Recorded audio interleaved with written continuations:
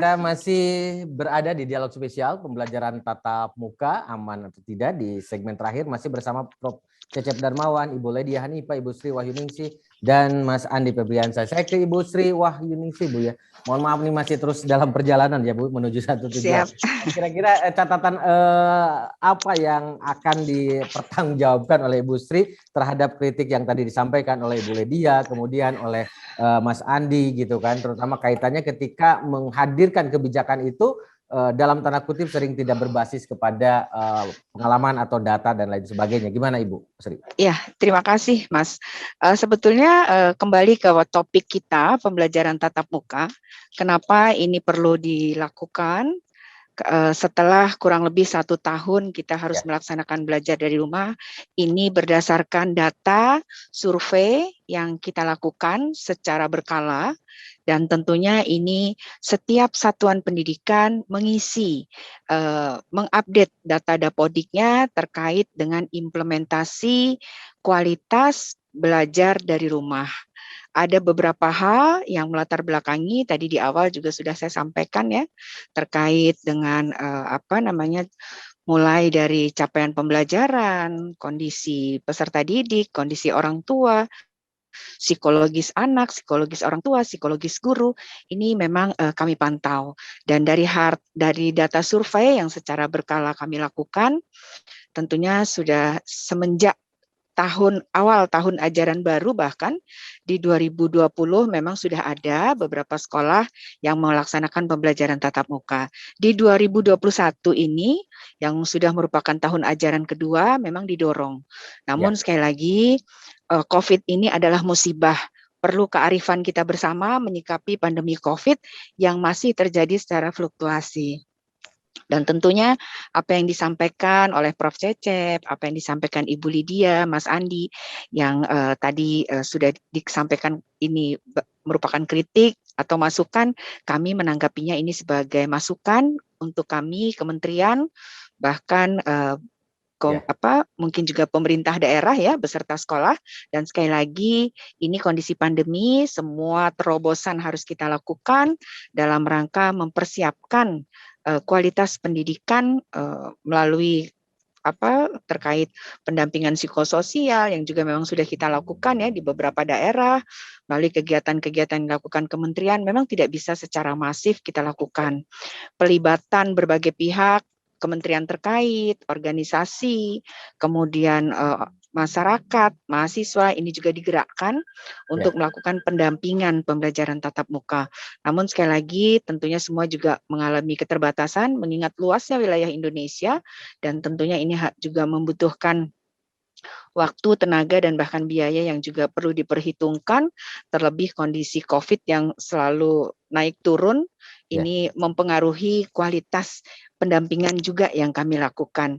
Tapi kami percaya kawan-kawan pemerintah daerah tentunya dengan segala upaya juga menyikapi yang prioritas adalah menjaga keamanan, keselamatan, kesehatan seluruh warga tanpa terkecuali adalah warga satuan pendidikan. Itu yang jauh lebih penting Bu ya, keselamatan kesehatan Bu ya. Baik, keselamatan kesehatan itu tetap menjadi prioritas. Iya baik. Sehingga diperlukan inovasi, kreativitas dalam memberikan pendampingan untuk meningkatkan kualitas pembelajaran tatap muka dilakukan. Baik, Ibu Ledia, kira-kira pressure apa yang akan dilakukan oleh DPR RI gitu kan agar ini bisa tergaransi dengan aman dan nyaman proses PTM terbatas ini?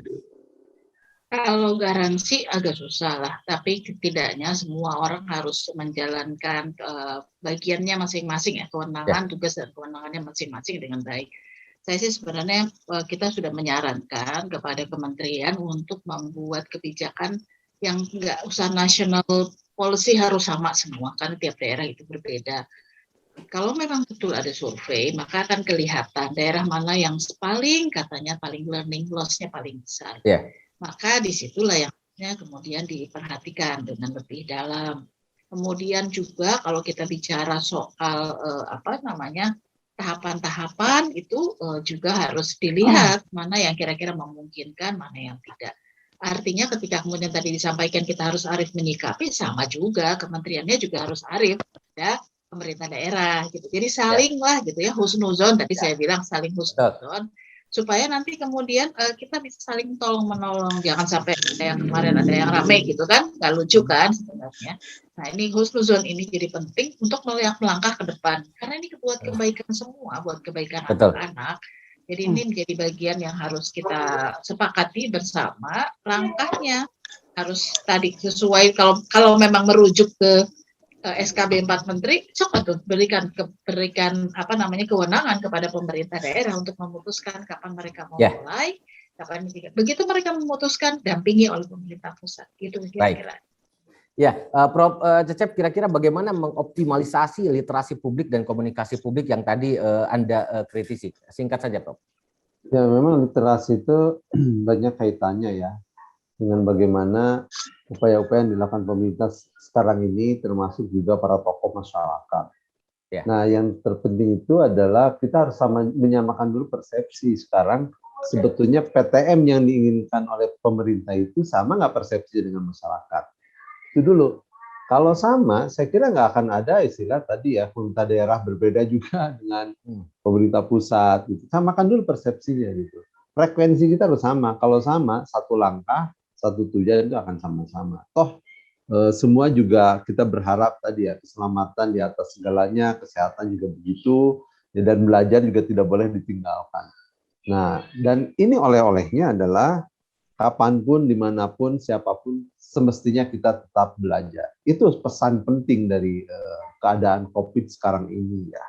Jadi bukan soal PJJ atau PTM yang sudah diributkan, tapi bagaimana kita mengolah ya situasi ini, kita tetap survive, dan yang penting itu bagaimana proses pembelajaran itu juga berjalan dengan baik. Sehingga soal PTM dan PJJ itu kan soal pendekatan. Kita sering terjebak ada pendekatan, tapi substansinya kadang-kadang lupa. Padahal ada 8 standar pendidikan nasional yang harus dipenuhi oleh pemerintah. Standar biaya misalnya supaya tidak ada disparitas yang begitu tinggi, standar fasilitas, standar ya termasuk gedung misalnya. Sekarang kan lihat sekolah gedungnya saja kan banyak masih disparitas gitu, dan lain-lainnya. Itu saja mungkin, Kang. Baik, Prof. Andi, ada yang ingin disampaikan terakhir, Andi? Terakhir saya menyampaikan bahwasannya semoga tidak ada lagi kasus KDRT seorang orang tua menganiaya anaknya karena PJJ. Yang kedua, tidak ada lagi seorang guru dililit hutang online karena PJJ yang gajinya tidak sejahtera. Yang ketiga, semoga Nadiem diberikan jalan yang lurus dalam menyatakan sikap ataupun pernyataannya, karena jangan sampai kita kebingungan ini di bawah. Itu aja sih mungkin, Bang.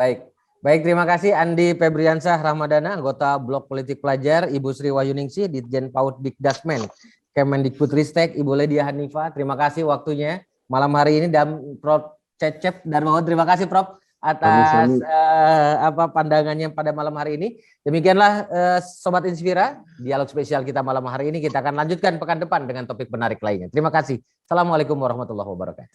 Waalaikumsalam.